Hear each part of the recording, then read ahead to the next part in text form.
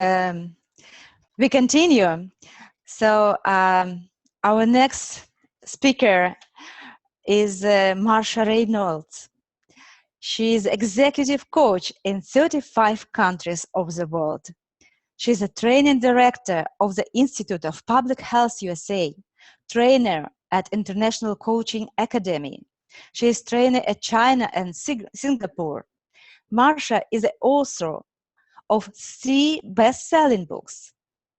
She is a master certified coach by the ICF. She is past global president of the ICF, and currently she is a board member. Marcia is from USA, Phoenix, so you're kindly welcome to present. Hi, can you hear me? Yes, it's okay. I can hear. Great, and and there I am. So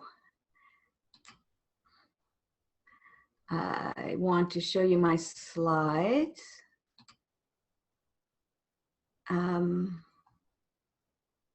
So have you given me the screen? Yes. Okay, so can you see my slides? Yes, it's great, Marcia. Okay, good.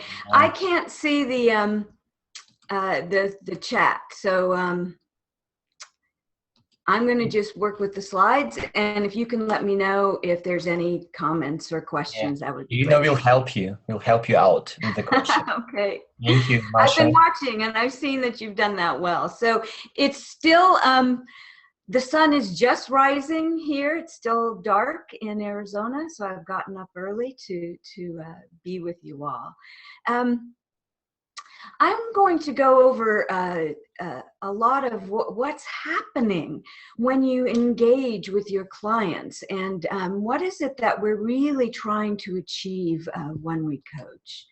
So I do want to give you heard my background. I am on the faculty at the International Coaching Academy, so I think many of you have heard my name, or maybe even we've met before, so I welcome you again. And I have worked all over the world and have been traveling for many, many years. I truly enjoy that.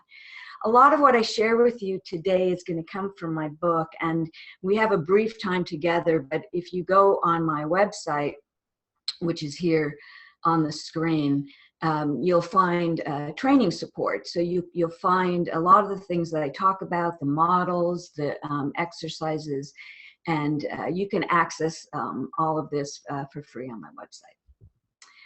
So, and read more about me. But to start, one of the concepts that I often share, which starts a lot of discussion, is that the best coaches make us feel unsure of ourselves. And when I say that to you, how do you feel? I mean, I really want you to check in. Do you feel excited? Like, wow, that's an interesting concept. Or does that scare you? Or maybe you're doubtful or curious, or maybe it's just confusing, because I know many of you have been told that coaches help us to feel more confident and make good choices. And that's true. But there's something else that we do when we talk about powerful questions and helping people to create a new awareness, that sometimes there has to be some other things that happen in the brain that aren't necessarily comfortable, that actually then help people to shift who they think they are and the world around them, which will then change their behavior.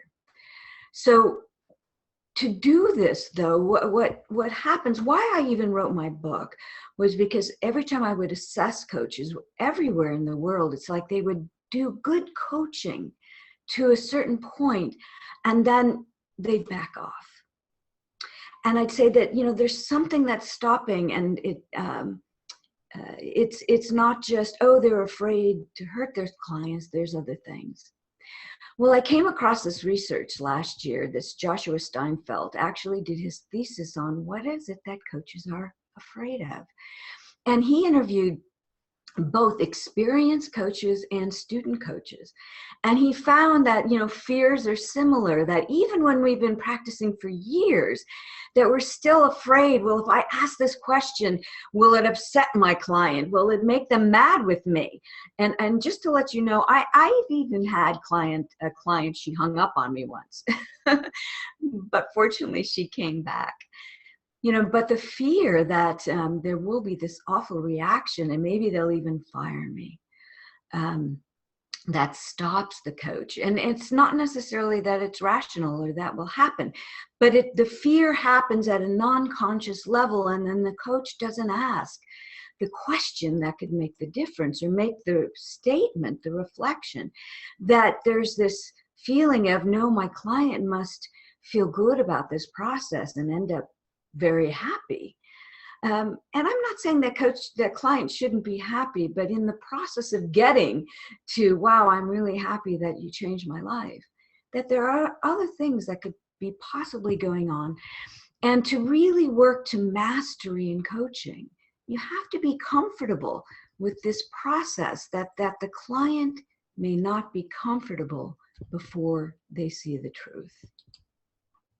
So when I talk about challenging coaching, I'm not talking about that you're critiquing them, that you're giving them advice, that you're pushing them unnecessarily. I've seen that happen too, where coaches actually kind of judged their client. It's like, no, you must do this, or you must see it this way, or you must create a vision of the future, when the client isn't ready. I'm not talking about that. You still need to assess, what's going on with my client. What is it that they see now? And how can we deal with that before we can move forward? So we're not talking about pushing them, but we are talking about using direct communication as well as powerful questions to help your client really stop and to think and to question themselves. To really say to themselves, maybe I'm seeing this in a certain way, and maybe there's another possibility that I'm not considering. And just to ask the question, sometimes people say, well, I always ask them what else could be possible. But if you're just dealing with what they're thinking without asking the really powerful question that makes them stop and really question themselves, then they're not going to see new possibilities on their own. And this is particularly true when clients are circling, when they're, going around in circles, when they resist you, when they all of a sudden jump to some other topic, which I know that you've seen. It's like, well, what's happened here? That's the time when you truly need what this is called a transformational approach to coaching, not just transactional. And I really want to say that this is one of the foundations of my success. So, I know you just spent a lot of time looking at how do I develop my business? And I think it's really important. And I spend a lot of time in, making sure my website is good and my LinkedIn title is, clear.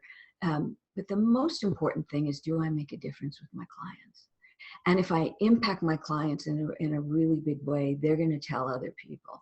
And frankly, my business has not been built on my website and my LinkedIn profile. It's been built on that I have continually worked to develop my coaching, and I make a true difference for my clients. And I'm willing to ask them that tough question, to make them stop and think, to make them feel a little uncomfortable before they really recognize the truth. And that's then what they then go back and say, this was the coach that made the difference for me. And that's what I really want for you, is to understand that that's the great power, and defines coaching and separates it from consulting and separates it from any type of therapy or technique that you've learned to do, that this is what makes coaching so powerful in behavioral change. So I want to first explain how this works, because I think it's really important when I describe to potential clients how coaching works in the brain and why it's better, than anything else. This is also a selling tool. And then I'll give you a couple of things that you need to do in terms of methods in order to be able to implement this. So first I want to understand there's 3 ways that we as humans learn. At least this is what we know now. I've been a student of learning since the 1980s. I have a master's degree in adult learning. And honestly, what I learned then is sort of useless. I hate to say that, but because we keep learning more about learning. So even what you learned 10 years ago has changed.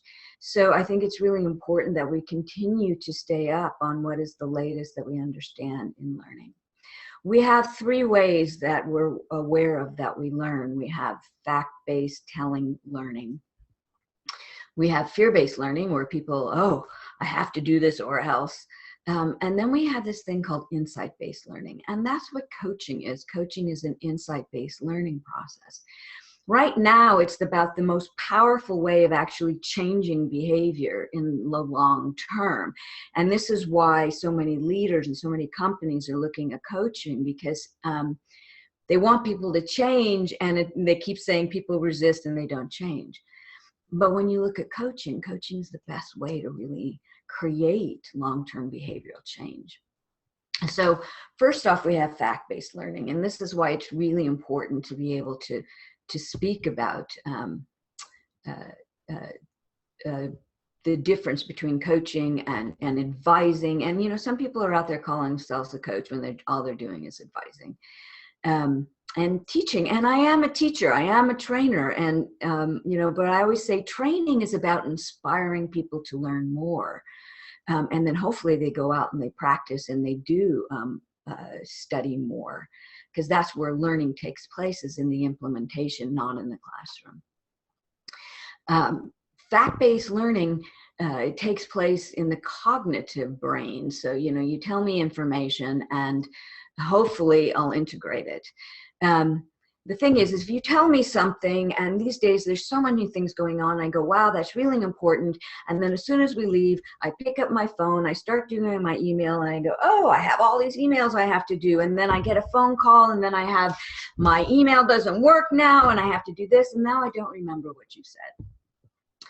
In order for me to remember what you say, it's got to be something like really powerful that zaps through all the other distractions. And at the end of the day, when I go to sleep, what happens is my brain starts to sort out what was most important to remember today. And if it wasn't, it's something that really hit you and there was a strong emotion based on what you learned today, you're not going to remember. So all those articles you read and the people that tell you things, you won't remember.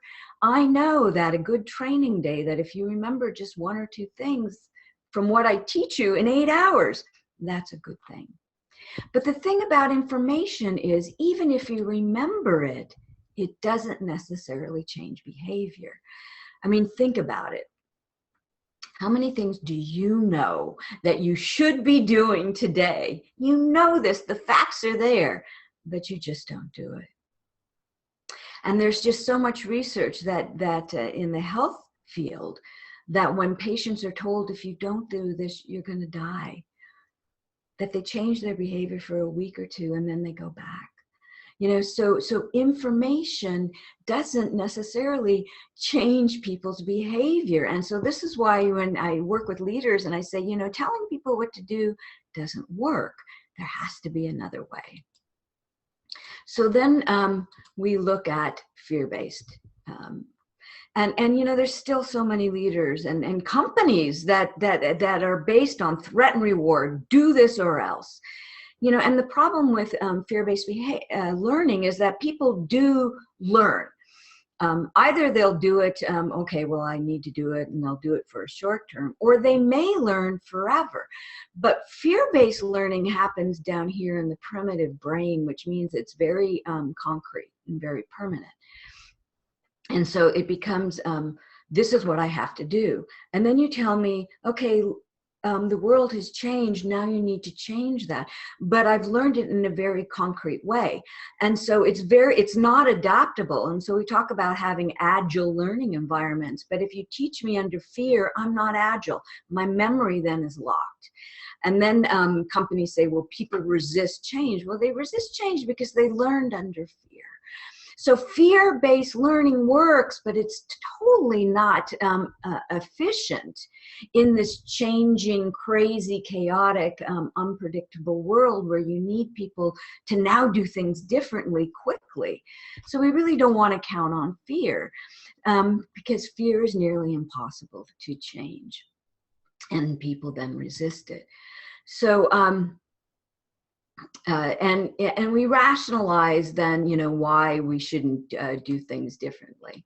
So then what we have is in the middle brain, you know, where long-term memory and emotion is, we have this thing called insight-based learning. But why this is so effective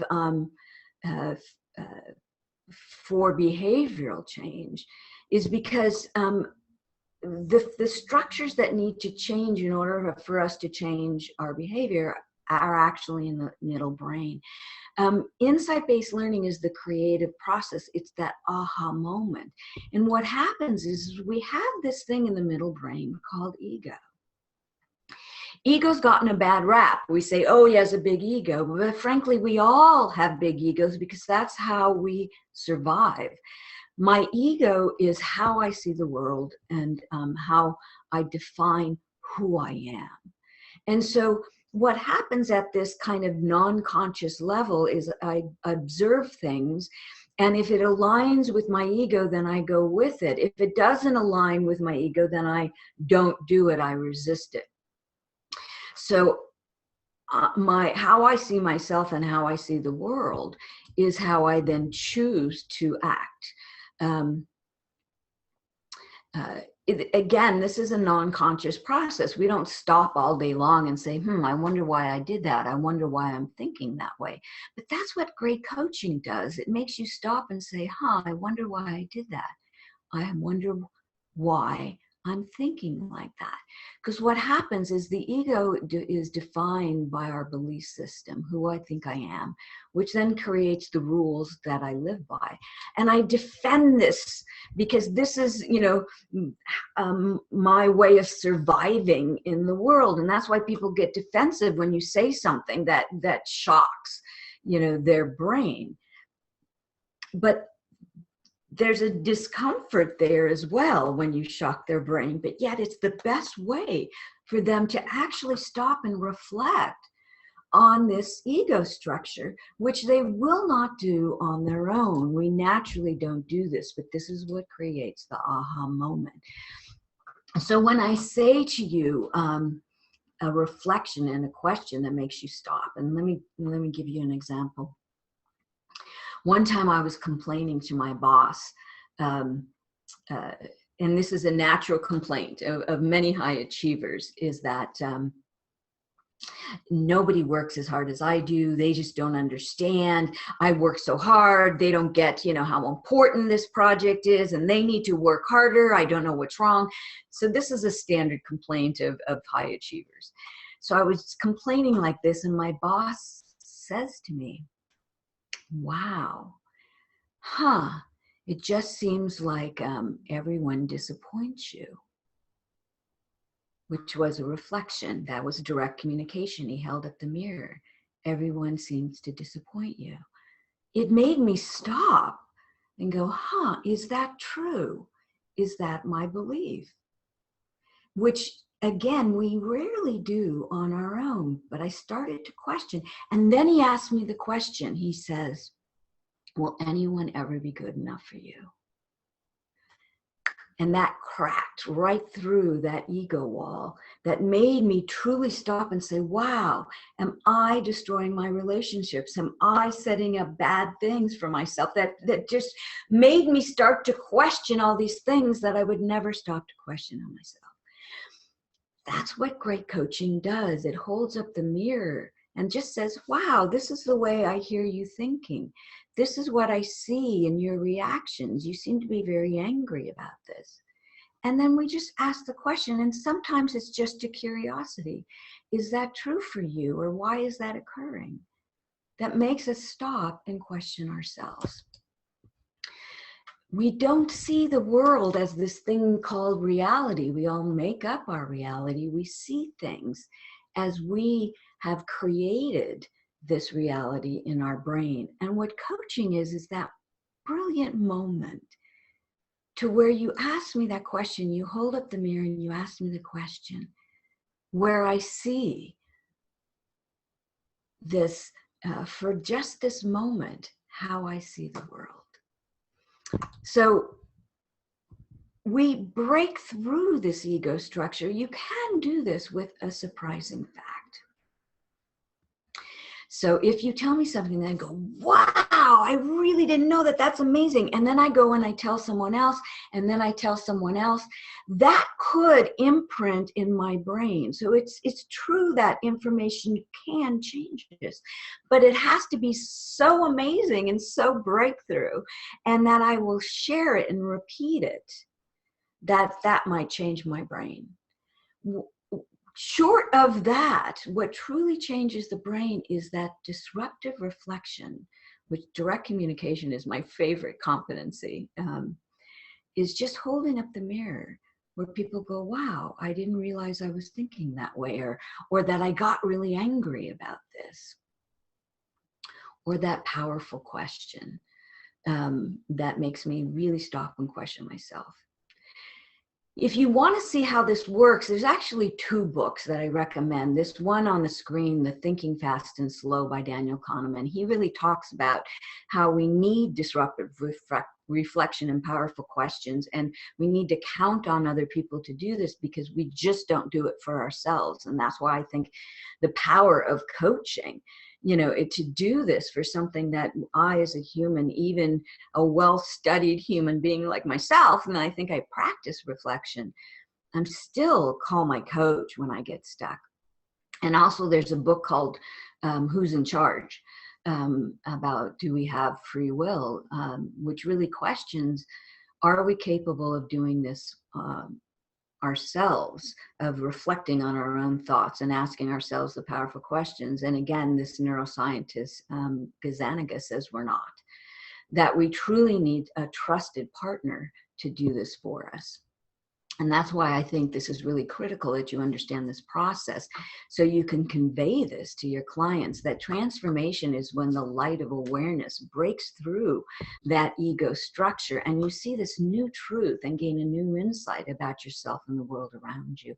This is what differentiates coaching from problem solving, from just saying, what's your problem? Well, what have you thought of? You know, what are your options and what are the consequences and which do you choose? I mean, people have been doing this forever, but that's a cognitive process, and I'm not going to see new possibilities by just doing that. And yes, we come into coaching at this level, which is great. We start there, we learn our scales before we go deeper, but then you as a coach need to have that ability to be able to ask the question that's going to make me go, huh, wow. So this new truth and new meaning comes through. This is what breakthrough really means. So learning happens in this moment where I question myself and I'm uncertain about what I know. And in that moment, I may not be happy with what my coach is doing. But really, honestly, I've been with for years. My clients may show all kinds of emotions, but in the end, when they have that new understanding and see themselves in a bigger way and what's possible in this world, you know, it truly takes them to another level. So we have to hold the space, you know, for our clients to have this. And this is why silence is so critical in coaching, that you ask the question and then you hold it. Don't interrupt. Because what happens is if you ask them a really good question, their brain goes, oh, wow, that doesn't fit in with my structure. And it starts to quickly rewire. In that moment that your brain is rewiring, and learning means the brain is rewiring. In that moment that it's rewiring, they're going to give you this weird stare. They're going to go, huh? I call it the baby stare. It's like when babies see things for the first time. They go, huh? And then they decide to laugh or cry. But adults do this too, and don't interrupt this process because it won't complete. you hold the silence and just allow them to come back online. And when they do, they will have an emotional reaction. They may be embarrassed. They might cry. They often laugh when they realize the truth. Don't try to fix them. You know, I know that most people come into coaching because you care so much about people, but you'll stop the process if you jump in to fix them or to sympathize and say, I know this is difficult, or, you know, it's a hard thing. Don't do that. Just hold the space and allow them to go through it and whatever it is they're experiencing. So to do this, there's things that you need. So the three things that I teach when I teach this process, and I'm going to be in Moscow at the end of March, so hopefully I'll see some of you in the classes. But I teach this whole concept of full body presence, that it's not just with the brain, but it's with the entire nervous system, and I'll show you that in just a moment. That before you go into coaching, you have to open up your entire nervous system so you are fully present with the client. So when we talk about presence in coaching and trust and intimacy, this is an energetic connection. It's not what you say that helps them to feel comfortable. It's the energy and how we connect. And there's all this research that's going on right now in the therapy world that looks at when I open my heart and my gut, as well as my head, my full nervous system, because it's all connected, that the person, in this case, the patient in therapy, feels what they call psychological safety. They feel so safe that they're finding that even trauma victims that have never been able to speak of their trauma are willing to be vulnerable. So when we open ourselves and we're full body present with the client, that they're willing to be there with us. But the thing is in coaching is that we have to constantly just be aware of, am I fully present with my client? Am I giving them 100%?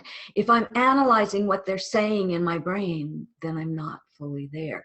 If I'm reacting to their reactions, then I'm not fully there. And so it's like, yes, I do react to my clients. Sometimes they say things to me that I have judgment. So I work all around the world. And so sometimes the value system of the coaches that I work with is very different than mine. This happens to me a lot because I also teach coaching in China. And when I do demos, you know, sometimes they'll say things that I'll feel my whole body go kind of shudder, because they'll say things that are totally against the value system that I was brought up with. But what's so fascinating is I feel my body shudder.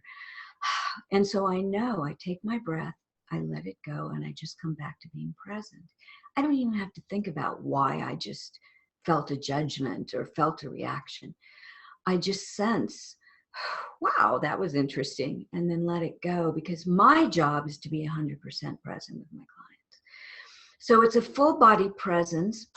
It's an emotional intention. So before I even go into my sessions, I always check my emotions and I set, you know, that I'm so grateful for being here and having the chance to coach this person. So I bring in my emotion, and especially like if I'm coaching a CEO, I'm so grateful and I'm so confident. So I set my intention, and then I hold my highest regard, which I'll go through in just a moment. So breakthrough coaching, and again, I mentioned to you, if you go to my website at outsmartyourbrain.com, under the discomfort zone training support, you're going to find a visualization that you can do to open your head and your heart and your gut. What's so fascinating about this is that for actually in about 300 years now in psychology, their focus was on cognition and the brain, and nothing below. It was about 20 years ago that there was researchers starting to come back and say, but wait a second, the brain is connected by the vagus nerve to these two other organs. And what they have found today is that in the gut, you have 500 million neurons, and every class of neurotransmitter which connects neurons to create thought, you have in your gut. But the gut just doesn't have language, so it signals to the brain constantly. So all those times you said to yourself, I should have trusted my gut. You should at least listen to your gut. And your heart also has processing capabilities. We know we pick up things with our heart, but we also send out signals. But the heart, again, doesn't have language, so it sparks into the brain. But the brain then censors and says, oh, no, I'm not going to pay attention to that, and I'm going to find a logical reason for what I'm doing. And then so we don't listen to our heart and our gut. So when I teach this process to my coaching students, we really work on opening the heart and just coaching from the heart and see what comes up. And then we shut, kind of focus on the gut and just focus from the gut and see what comes up. You open these three centers with emotions. And I want you just for a moment right now, just to consider your head, you open with curiosity. So, if you set your thoughts aside and you just open your brain with curiosity and just feel curious. You hear things differently than when you judge and you start thinking, what's that question I want to ask? Or what's the competency I need to do? Better that you just stay present and be curious. But then you open your heart with gratitude, with compassion, with love. And when you listen through your heart, what might you hear differently? Often when I'm stuck in coaching, it's like, okay, stop. What is my heart telling me? Because I don't access my heart that much. I was learned to be a gut-based person in life and to push my way through. And working in mostly male-dominated companies for years, I quieted my heart. So now I open my heart to hear. And it's amazing what questions come forth from my heart. But the gut, I know many coaches have a more difficult time. They can access their heart, but have a harder time accessing your gut. But you access your gut with courage. To recall a moment in your life when you spoke up or you stood up in spite of your fears. And you feel that strength, that power from the center of your body. And if you can feel that warmth and that strength, and you coach and you ask yourself, what is my gut saying? You might find that question that you've been avoiding because you think it might cause a reaction, but you ask it anyway. And remember, in coaching, the person can always say, no, that's not it, or you're wrong. And that's okay, we accept that. But we make the invitation and we offer it anyway for them to consider. So the next time you have a big decision to make in your life, I want you to practice this. To first say, so brain, what should I do? What should I do, brain? And your brain will tell you pros and cons and goods and bads and consequences and possibilities. But if you quiet your brain and then ask your heart, here's my decision, heart. And you open your heart with gratitude, with compassion. And say, heart, what should I do?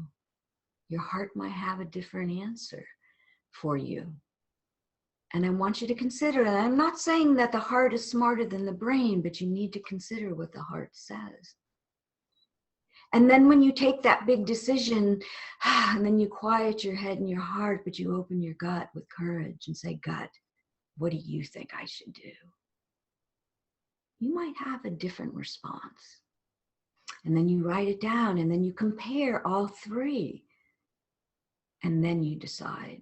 So this is your practice, is to start looking at the decisions in your life, whether it's a big life decision or what are you going to do this weekend, and ask your head, your heart, and your gut, and see what comes forth. And as you start to practice listening to your centers, then you can start to open them in your coaching. It's amazing what questions will come forth. And when I teach this process, The coaches come up with such amazing questions that they hadn't realized were possible for them. To me, that mastery in coaching isn't, more skills. It's a deepening of your listening and your presence. So when we set our emotional intention and then we come in alignment with our head and our heart and our gut, we're able to receive more of what they're giving us beyond the words and their emotions, and to understand the beliefs and the assumptions and fears and values that are really driving them. And we can question that. But it's also an energy that we put out, that we connect with them, that builds the trust and the intimacy as well. So we create the presence, and and every time again that you're shut out of that presence, we come back. Take a breath, release it, and come back to being present. Be sure that you set your own emotional intention. That again, before I coach, I'm grateful for coaching. I'm confident. I'm a good coach. And knowing every year I get better, and I look back and go, oh, I was awful before. So wherever you are, it's good. When I first started coaching, I still was giving great value to my clients. And then you want to hold them in high regard. So remember that even if it's a difficult client, and I teach a lot of internal coaches, and sometimes they're like, well, I just don't trust the person. I'm disappointed. I just don't know if I believe in them. It's hard to coach from there. You have to hold the possibility that this is the ICF definition of coaching, that, this person is fully capable and whole creative and can do this. And I see you, Irina, and I am almost finished. I just would like to tell you that you have 10 minutes till the end. Okay. And I'm getting to a point where I can answer some questions. Are there questions? Dear colleagues, please put your questions in the chat. Okay, great. So the whole point of what I'm creating here is that coaching, remember, coaching isn't to find solutions. Coaching, the purpose of coaching is to truly help them to stop and to think about what they think and feel. So they question themselves. So they start to say, I never thought about that. I never asked why I think that way or why I do that. That we hold up the mirror and we ask the questions that make them stop and question themselves. And then when they say, wow, I understand, I see things differently, be sure and ask them, what do you see? Because they have to articulate the new awareness before they can then create action plans on them. And that's why we have the competencies that come before new awareness of direct communication and powerful questioning. And that's why I say the best coaches make us feel unsure of ourselves, because you have to be willing to ask that question that's going to pop their brain. So before I finish, I have one more thing I want to share, but is there a question that I can answer? I do not see. So Marcia, it would be my pleasure to ask you one question. Okay. Okay, now I want to share our listeners how we met. So it was 2 years ago. So 2015, I attended training at International Academy of Coaching with Svetlana Chumakova in Moscow. And Marcia was a trainer. And I had the opportunity to have mentoring with Marcia. And that time it helped me much in my mastery, in my coaching mastery, and it helped me move from ACC to PCC. So Marcia, again, thank you very much for your help and recommendations how to grow in coaching. So maybe I'm sure some of the listeners would like to get some mentoring with you. How can they address you? How is it possible? Can you tell us? Well, that really kind of leads into my last slide. So I do want you all to know I am going to be there at the end of March. So I'm going to be doing training how to actually, speaking has helped me develop my coaching business. you know, and so it's really great to know how to speak. But then I'm going to be looking at teaching these techniques in emotional intelligence and shifting and teaching, working with leaders, and also how to do it in a team structure. But on April 2nd, we're doing supervision. So come to the supervision and then you'll get direct mentoring from me. Great. It's there. awesome. So come find me and meet me. I would love to meet you. Dear Marcia, I'd like to ask you a question as well. So you is a past global president of the ICF, and now we are board member. So I know that ICF is the biggest organization for coaches, but not the only one.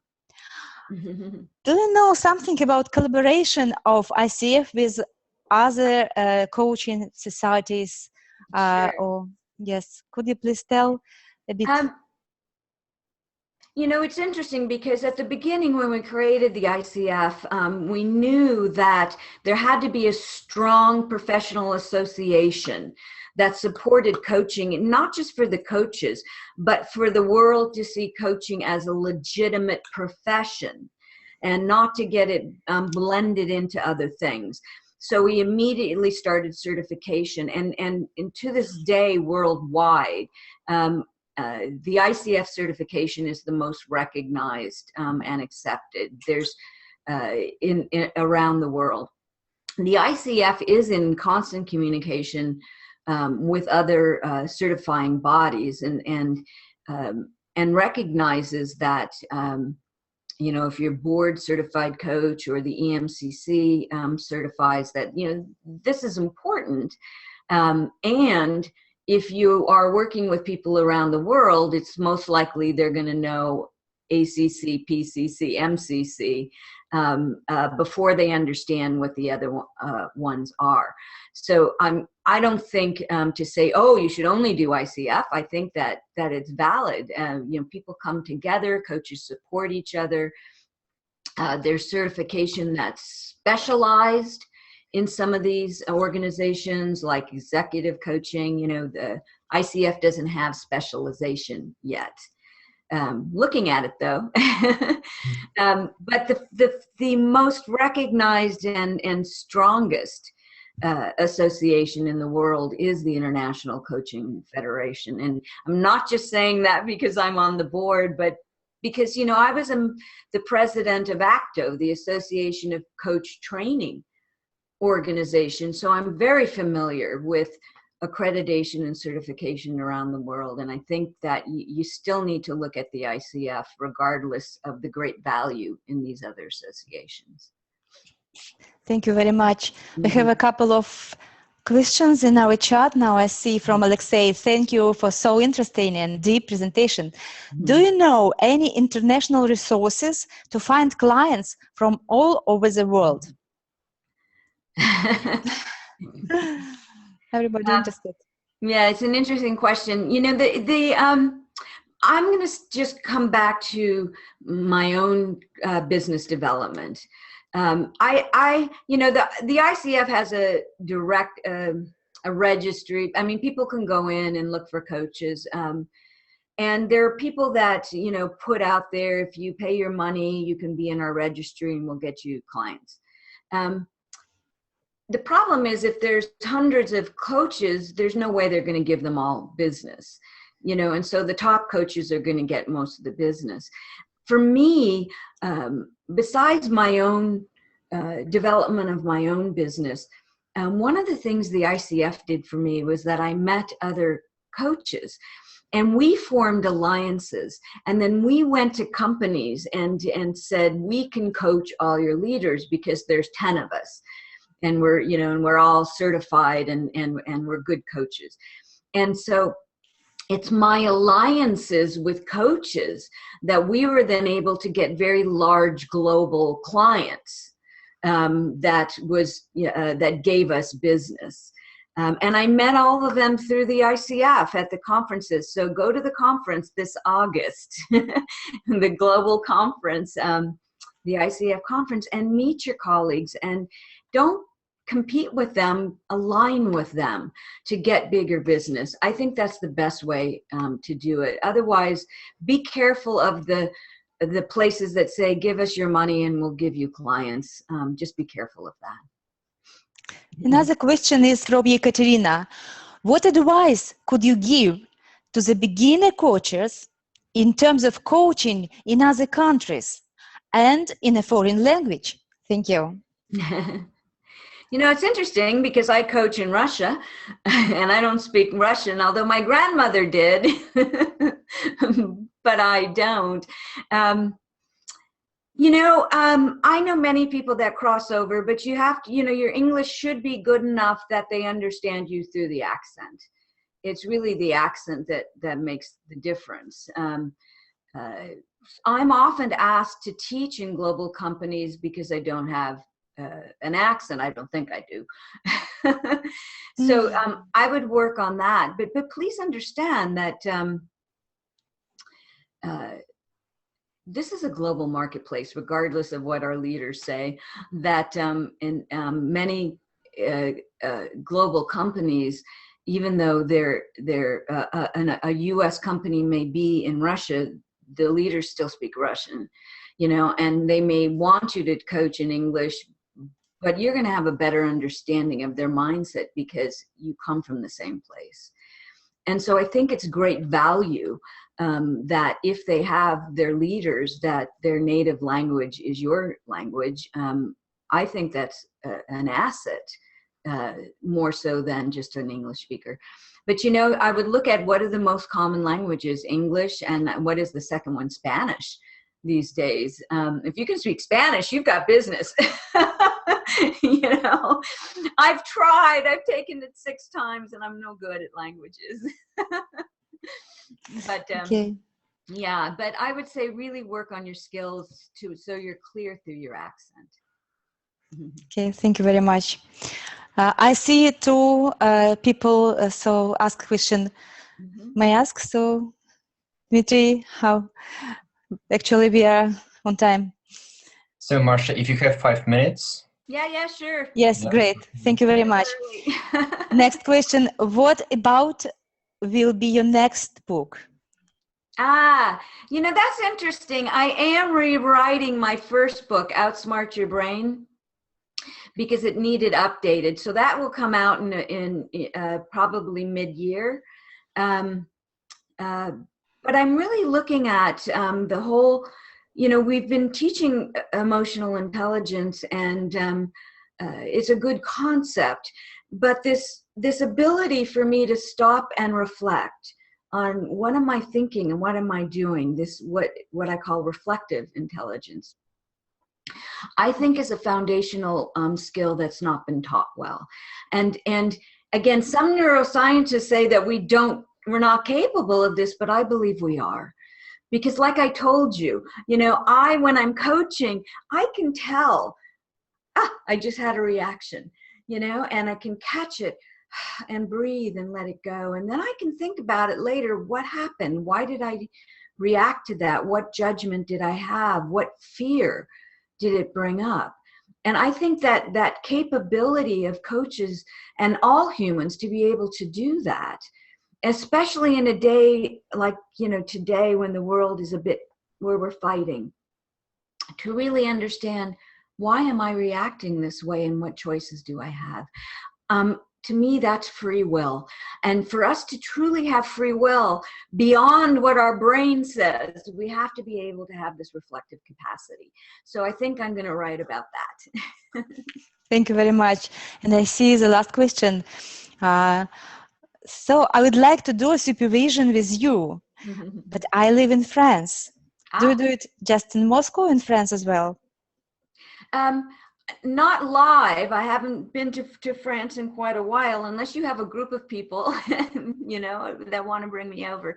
But you can always contact me, you know, and we can look at if you've got recordings that, you know, I can do private work with you, which is just Marcia@outsmartyourbrain.com. You can find me if you look up on my website. I have a contact. Yeah, we see. Yeah. Okay.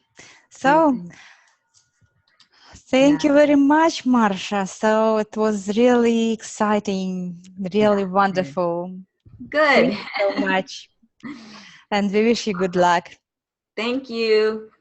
Thank you, Marcia. You're welcome. Nice to be with you. Yeah, thank you so much. And I love the story. Yeah, see you in Moscow in March. Okay, great. Thank you. Okay. Bye. Bye-bye. Bye-bye.